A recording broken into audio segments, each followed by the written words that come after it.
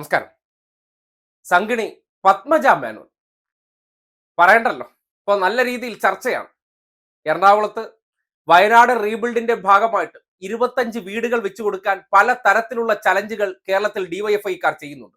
അതുപോലെ എറണാകുളത്ത് അവർ ഒരു തട്ടുകട ഇട്ടു 2 ദിവസത്തേക്ക്. ചായക്കട നടത്തി അതിലൂടെ ഫണ്ട് സമാഹരിച്ച് വീട് വെച്ചു കൊടുക്കാൻ വേണ്ടിയാണ്. ഒരു നന്മ പ്രവർത്തനം, ആരുടെയും സ്വന്തം താല്പര്യത്തിനനുസരിച്ചല്ല, മനുഷ്യ സമൂഹത്തിന് ഗുണകരമായിട്ടുള്ള ഒരു കാര്യം ചെയ്യുന്ന ഒരു താൽക്കാലിക സംവിധാനം.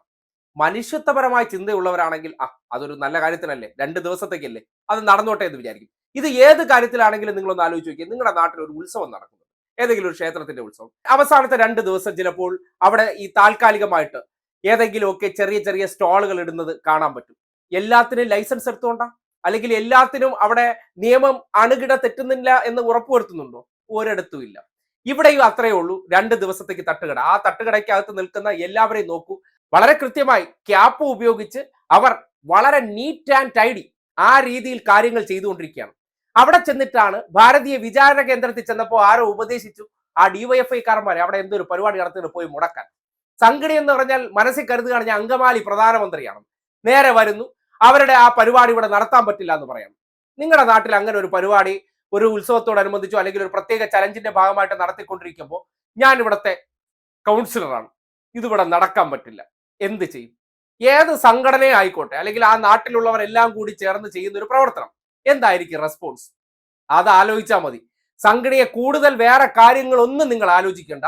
നിങ്ങളുടെ നാട്ടിൽ ഇങ്ങനെ ഒരു പരിപാടി, നിങ്ങൾ ഏതെങ്കിലും ഒരാളെ ചികിത്സാ സഹായത്തിന് വേണ്ടി ഇങ്ങനെ ഒരു ചലഞ്ച് ചെയ്യുന്നു, ഒരു ചെറിയ തട്ടുകട ഇട്ടതിന് ശേഷം 2 ദിവസത്തെ ഫണ്ട് കളക്ഷൻ അതിനു വേണ്ടി ചെയ്തുകൊണ്ടിരിക്കുമ്പോൾ കൗൺസിലർ വന്നിട്ട് അവിടെ കാര്യം പറഞ്ഞു കൊടുത്താൽ ഇന്ന കാര്യത്തിനല്ലേ, അത് മനുഷ്യന് ഗുണകരമായിട്ടുള്ള കാര്യമാണ് എന്ന് മനസ്സിലാക്കിയാൽ തിരിച്ചു പോയാൽ നമുക്ക് ബോധ്യപ്പെടും അത്യാവശ്യം വിവരവും ബോധവും ഉള്ളതാണ്. ഇത് 2 സംഘികളെയും കൂടെ വിളിച്ചോണ്ട് വന്ന് അവിടെ വന്ന് ഷോ കാണിച്ച് അതിന് ഈ കൗൺസിലറുടെ പിറകെ, അതായത് രാജകുമാരിയാണല്ലോ, പഴയ മേനോത്തി രാജ്ഞി എന്നുള്ള മനോഭാവത്തിലാണ്. എന്നെ പോലത്തെ ഒരു സവർണ കുലസ്ത്രീയെ കണ്ടാൽ നിങ്ങളൊക്കെ ബഹുമാനിക്കണ്ടേ? ആ ഡിവൈഎഫ്ഐക്കാരെന്ന് പറഞ്ഞാൽ പിന്നോക്ക സമുദായത്തിൽപ്പെട്ടവർക്ക് എന്നെ കണ്ടപ്പോൾ ഒരു ബഹുമാനമില്ല, അപ്പോ ഞാൻ വിടൂ? ഞാനെന്ന് പറഞ്ഞാൽ ഈ കാര്യത്തിലൊക്കെ നിയമം അണുകിട തെറ്റാതെ നോക്കും. ഇവിടെ തൃശ്ശൂരൊക്കെ പോയതാണ്. തൃശ്ശൂർ അവിടെ വടക്കുംനാഥ ക്ഷേത്രത്തിനകത്ത് നിയമപരമായിട്ടുള്ള എല്ലാ കാര്യങ്ങളും തെറ്റിച്ചുകൊണ്ട് മരം വരെ മുറിച്ച് അവിടെ പ്രധാനമന്ത്രിയുടെ സ്വീകരണ പരിപാടി വെച്ചതാണ്. അതാണ് നിയമത്തിനെ സംബന്ധിച്ചുള്ള ഇവരുടെ 2 കാഴ്ചപ്പാട്. അതവിടെ നിൽക്കട്ടെ. പക്ഷേ ഈ വിഷയവുമായി ബന്ധപ്പെട്ട് 2 ദിവസമായിട്ട് അവർ നടത്തുന്ന നാറിയ നാടകം കാണുകയാണ്. ഒരു സംഘടന എന്താണെന്ന് വളരെ കൃത്യമായിട്ട് നമ്മുടെ സമൂഹത്തിന് കാണാൻ പറ്റും.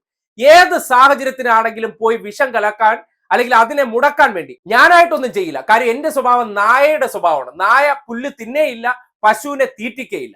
അതാണ് ഈ നാട്ടിലൊരു രീതി. അതായത് കേരളം തകർന്നു കാണണമെന്ന് ആഗ്രഹിച്ചുകൊണ്ട് നടക്കുന്ന കുറെ കുല സവർണ ജന്തുക്കളാണ് ഇതൊക്കെ. ഇവർക്ക് അധികാരം കിട്ടിക്കഴിഞ്ഞാൽ അത് മറ്റുള്ളവന്റെ മേലിലേക്ക് കുതിര കയറാനാണെന്ന് കരുതുന്നുണ്ട്. അതിന്റെ അടിസ്ഥാനത്തിലാണ് ആർക്കും ഒരു പ്രശ്നവുമില്ലാതെ ആ നാട്ടുകാർ ഉൾപ്പെടെ വളരെ സഹകരിച്ചുകൊണ്ട് ആ പരിപാടി വിജയകരമായി അവിടെ നടക്കുന്നു എന്ന് തിരിച്ചറിഞ്ഞപ്പോൾ അവിടെ പോയി എന്ത് ചെയ്യണം? ഒരു തരം കുഴുത്തുരുമ്പ് സ്വഭാവം കാണിക്കണം. ആ കുഴുത്തുരുമ്പ് സ്വഭാവം കാണിച്ച് യൂത്ത് പിള്ളേരാണ്, സ്വാഭാവികമായിട്ട് അവരോട് കാര്യം പറഞ്ഞു, ഇതാണ് കാര്യം എന്ന് പറയും. അല്ലാതെ ആരെങ്കിലും അവിടെ വന്ന് ഇതെന്താ നടത്തുന്നതെന്ന് ചോദിക്കുമ്പോൾ, അല്ലെങ്കിൽ ഇത് നടത്താൻ ബുദ്ധിമുട്ടാണെന്ന് പറയുമ്പോൾ കാര്യത്തെക്കുറിച്ച് ആരായിരുന്നാലും സംസാരിക്കാനേ ശ്രമിക്കുള്ളൂ. പക്ഷെ അവരുടെ ഡയലോഗ് തന്നെ കേട്ടില്ലേ, ഞങ്ങൾ ഈ നാട് ഭരിക്കുന്ന ഡിവൈഎഫ്ഐ ആണ് എന്നൊരു ഡയലോഗ് അടിച്ചു എന്ന് പറഞ്ഞാൽ ഈ ലോകത്ത് സംഘിണികളെ പോലെ അല്ലെങ്കിൽ സംഘപരിവാറുകാരെ കണക്ക് ബുദ്ധിയില്ലാത്തവരല്ല നാട്ടുകാരെന്ന് ചിന്തിക്കാവുന്നേ ഉള്ളൂ. കാര്യം ഡിവൈഎഫ്ഐക്കാർ നടത്തുന്ന പരിപാടി അതിന്റെ മുകളിൽ ബാനറും അടിച്ചു വെച്ചിട്ടുണ്ട്. ആ ബാനർ അടിച്ചു വെച്ചത് വായിക്കാൻ പോലും ശ്രമിക്കാതെ ഇവിടെ ഇതൊന്നും നടക്കില്ല, ഇവിടെ ഞാൻ പറയണത് മാത്രമേ നടക്കൂ എന്ന് കരുതിയ പോയി പണി നോക്ക് മുതുക്ക് തള്ളേ എന്ന് മാത്രമേ മറുപടി പറയാനുള്ളൂ. അതിനപ്പുറത്തേക്ക് ഒരു മറുപടി അർഹിക്കുന്നില്ല.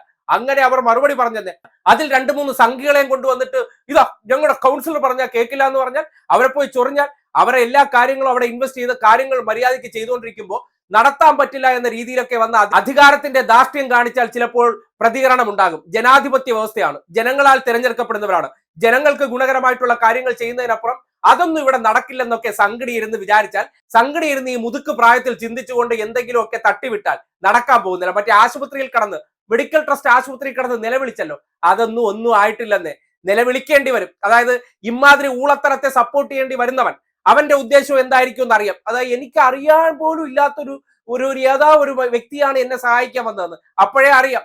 ഈ വർത്തമാനം കേട്ടാലും പ്രവൃത്തി കണ്ടാലും പിന്നെ ഉണ്ണിയെ കണ്ട അറിയാം ഊരിലെ പഞ്ഞോ എന്ന് പറഞ്ഞ കണക്ക് മുഖത്തെഴുതി വെച്ചിട്ടുണ്ട് എന്താണ് സ്വഭാവം എന്ന്. അങ്ങനെയുള്ള ഈ ഒരു ക്ഷുദ്രജീവി അവർ ചെന്നിട്ട് ഒരു നന്മയുള്ള പ്രവർത്തനത്തെ തകർക്കാൻ ശ്രമിച്ചപ്പോൾ വാഗ്വാദമുണ്ടായി. പിന്നെ അഭിനയിക്കാൻ പറഞ്ഞു കൊടുക്കണ്ടല്ലോ.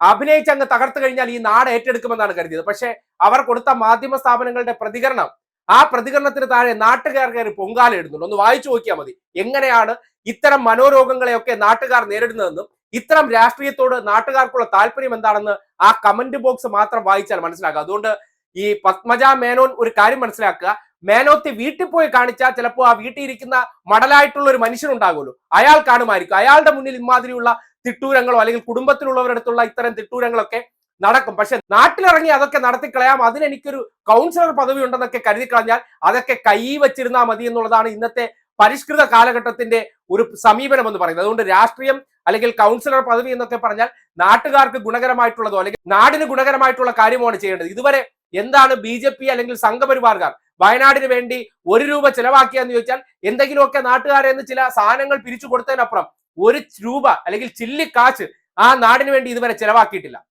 സ്വന്തം പോക്കറ്റിൽ നിന്ന് 1 രൂപ പോലും പുറത്തിറക്കാതെ സേവനം നടത്തുന്നു എന്നൊക്കെ തട്ടിവിടുകയാണ്. അപ്പോ അങ്ങനെയുള്ള വിഭാഗക്കാർ, സംഘപരിവാറുകാരുടെ സാന്നിധ്യം എത്രത്തോളം ഉണ്ടെന്ന് വയനാട് നോക്കിയാൽ വളരെ കൃത്യമായി ബോധ്യപ്പെടും. അവിടെ ചെന്നിട്ട് ആള് കാണിച്ചിട്ട് പോകുന്നതിനപ്പുറം അല്ലെങ്കിൽ പ്രധാനമന്ത്രി വന്ന കാര്യത്തെ ബൂസ്റ്റപ്പ് ചെയ്യുന്നതിനപ്പുറം നിങ്ങളുടെ സാന്നിധ്യം എന്തായിരുന്നു, നിങ്ങളുടെ പ്രവർത്തനം എന്തായിരുന്നു, നിങ്ങൾ ആ മേഖലയ്ക്ക് വേണ്ടി എന്ത് ഇതുവരെ പ്രഖ്യാപിച്ചു, ഈ ചോദ്യങ്ങൾക്കൊന്നും ഉത്തരമില്ലാത്തിടത്തോളം കാലം നിങ്ങൾ ഈ കാണിക്കുന്നത് പട്ടി ഷോ ആണെന്ന് മനസ്സിലാക്കാൻ സാമാന്യ യുക്തി മതി. അതുകൊണ്ട് പത്മജ മേനോൻ എന്ന മേനോത്തി മനസ്സിലാക്കിയ ഒരു കാര്യം, അതൊക്കെ പണ്ട് അങ്ങ് മാടമ്പി കാലത്ത് നടക്കുമായിരുന്നു.